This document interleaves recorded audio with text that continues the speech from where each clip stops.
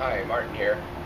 Today we're going to be working on a 99 through 04 Jeep Grand Cherokee, and we're changing out the upper control arm bushings and ball joint. So naturally you'll need one of the ball joint itself. You get a pair of bushings, and then a couple special tools you're going to probably need. I prefer a 21mm reversible gear wrench. You want it to be reversible, and you're going to see why.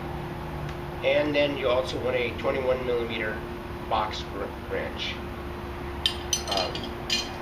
Now, what I'm going to be using is a ball joint removal tool to press in and press out the old bushing.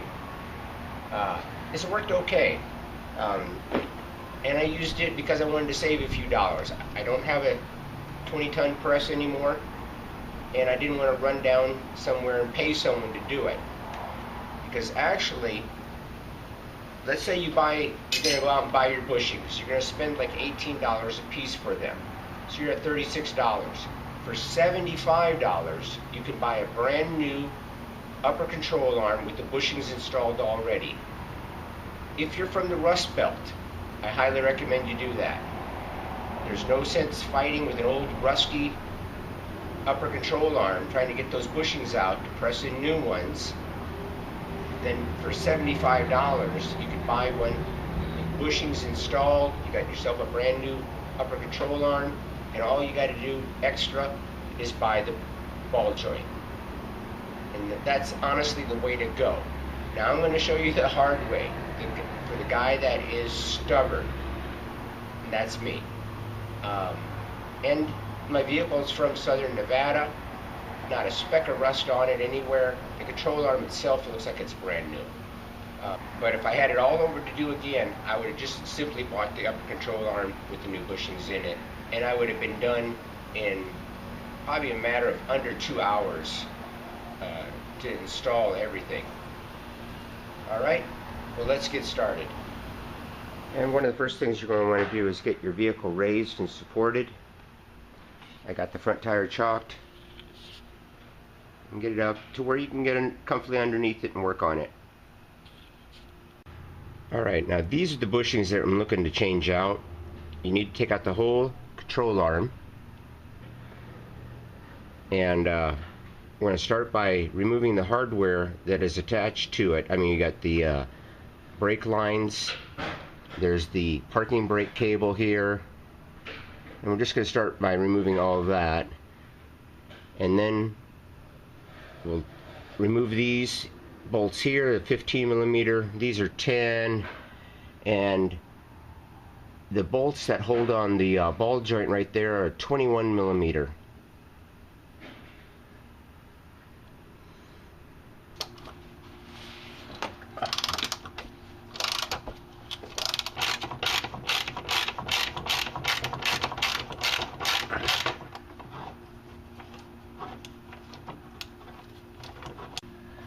If this bolt is coming out hard, put a jack underneath the rear axle and raise it up. It takes tension off of this here.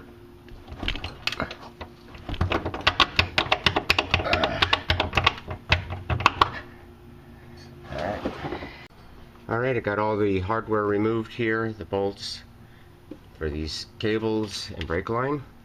Now, the one over here above your exhaust, you got a heat shield covering up the bolt. You could remove this one bolt right here to help drop it down. This is very pliable. You can just give it a little bend, just that much, to get to the bolt, and then you can just bend this right back. So I'm going to go ahead and remove that bolt. It is a 15mm. Alright, next we're going to want to tackle the 3 bolts that are holding the ball joint to the rear axle. You're going to need either a box wrench or a gear wrench. I prefer the gear wrench, it's going to go a lot faster. You're actually probably going to need both, or at least a box wrench with another wrench, because of how tight these are. So you're going to want to, I'll show you a way to double up your torque, because these are very tight. You use Loctite on them, This is a great place and time to break your knuckles, is getting these broke loose. Okay, you look what I did right here. I just slid one wrench on top of another one, and that's going to give me the leverage I need to pull these off of here. Oh.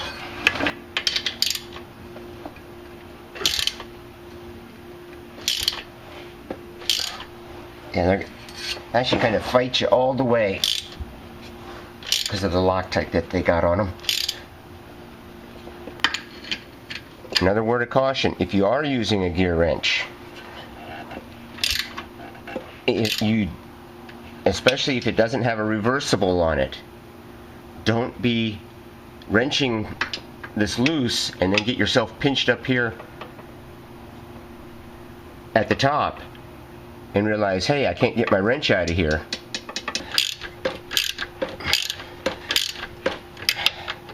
So like right now, if you didn't have a reversible wrench, you might be stuck in there. So that's what I'm saying. Where I can reverse this back down.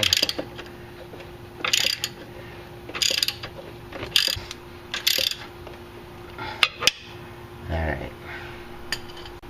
You may want to use a pry bar in here, and just as you're bringing this up, set that in there. That gives you a larger gap between here. Gives you room for the bolts as they come up. And you can see as I get the bolts loosened, and I'm using this pry bar, how it raises the control arm back here and gives you a bigger gap between the top of the bolt and the control arm. So you got to kind of go around a little at a time on all these.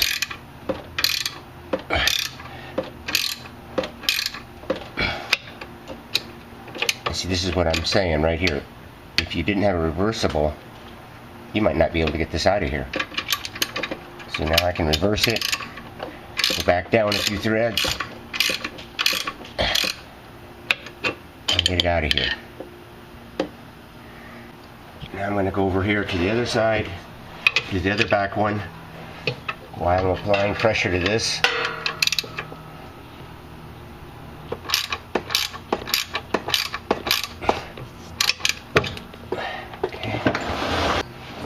And then back over here again.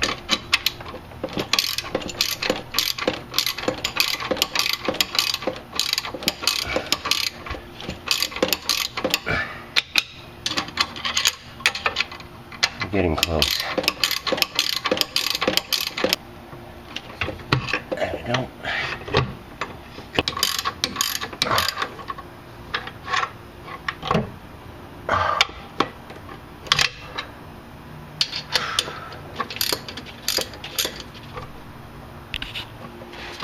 I got 2 of the 3.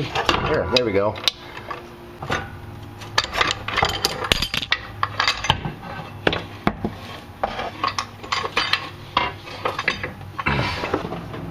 Alright, now we just got it outside of here. It comes out of here rather easily.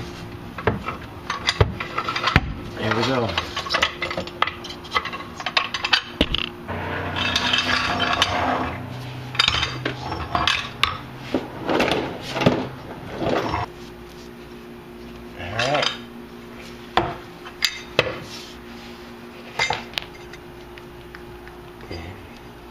And maybe my trouble was in the ball joint. That is rather loose. The bushings, you can see, they're cracking right in here and stuff like that. They actually don't feel that bad, but I'm definitely going to go ahead and change them out. Now, I'm going to go ahead and apply some penetrating oil on that.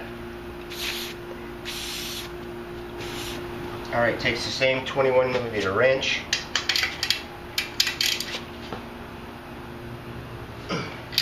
Not too bad.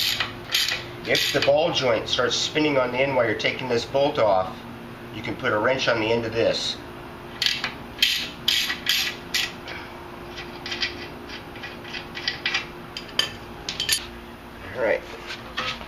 a hammer, I'll be able to drive that right out there.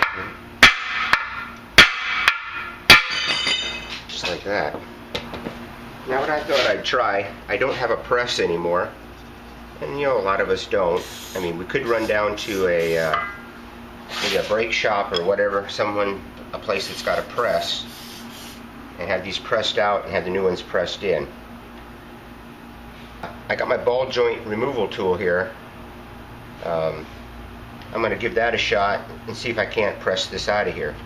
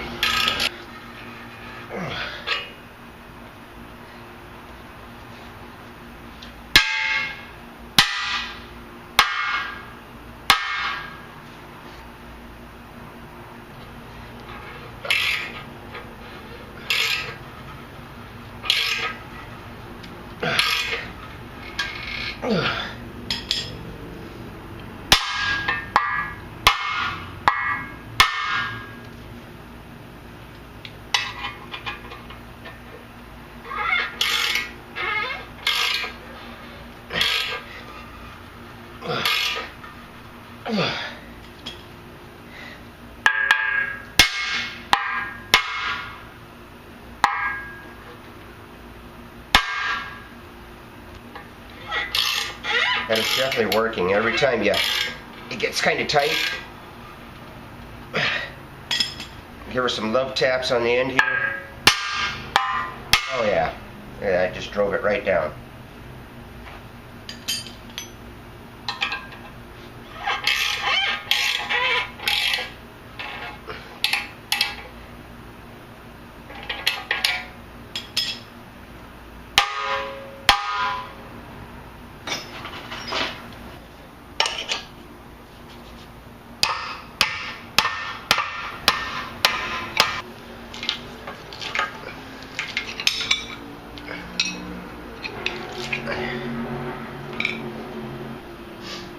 Okay, now you can just grab the edge of that bushing,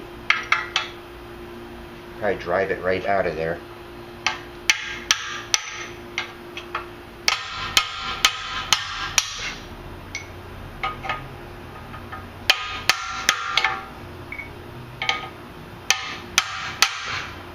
There it went.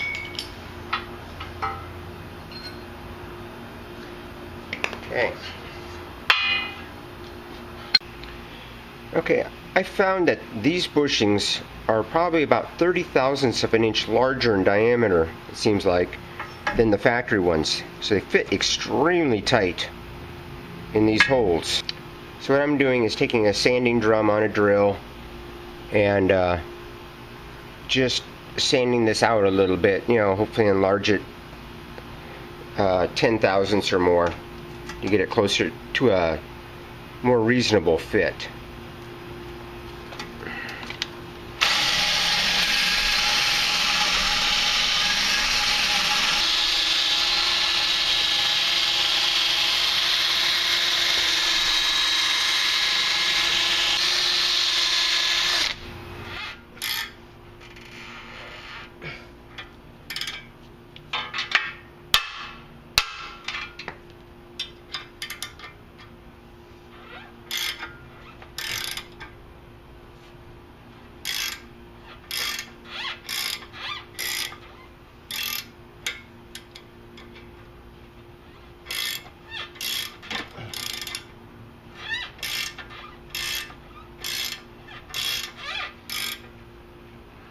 Almost.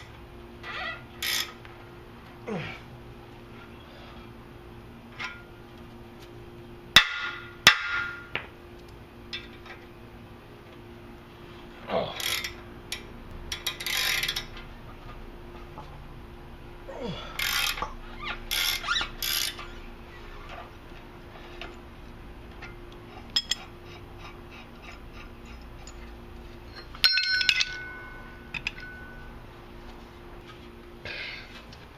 There we go. All installed. Got the control arm ready to go back in. When it comes to mounting the ball joint in here, put the ball joint in without the control arm, because it's a lot easier dealing with these 3 bolts without the control arm. And that way when you put the control arm in, all you got to do is line up to the 1 stud instead of trying to line up to 3 bolts. Okay?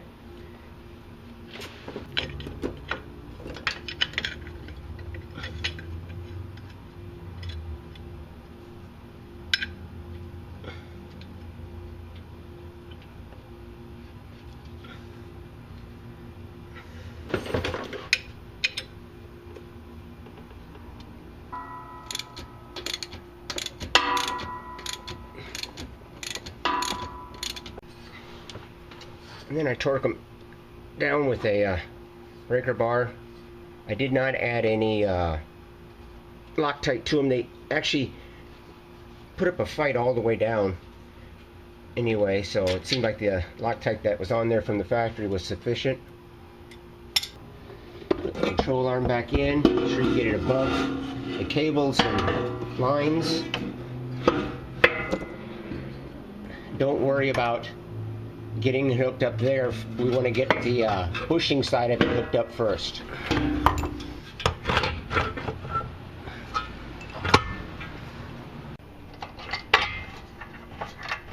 Okay, line up those bolts on both sides and at least get them in there a little ways. You don't have to tighten them down. Don't tighten nothing down at this time.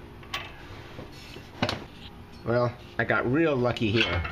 This happened to just line right up and we're on there. If it gives you a problem, what you're going to do is have your jack down here and raise or lower it, and it's going to pivot the whole rear end. You may want to bring the jack out to this point here, and this is going to change the angle of the rear end so that this bolt, your ball joint bolt, will line up much better. I really got lucky there. It's in there. So I'm going to go ahead and tighten down the 2 bushings, get the nut on the top of the ball joint, and tighten that one down. Then I'm going to return the hardware for your brake lines and your parking brake cables. Okay, one thing I noticed when I was trying to tighten this up, the stud right here was spinning. So what you got to do is put your wrench on here and put a 10mm wrench there to keep it from spinning while you're tightening it with a wrench, with a wrench down here. You got to keep that stud from spinning, okay? Alright, well, there you have it.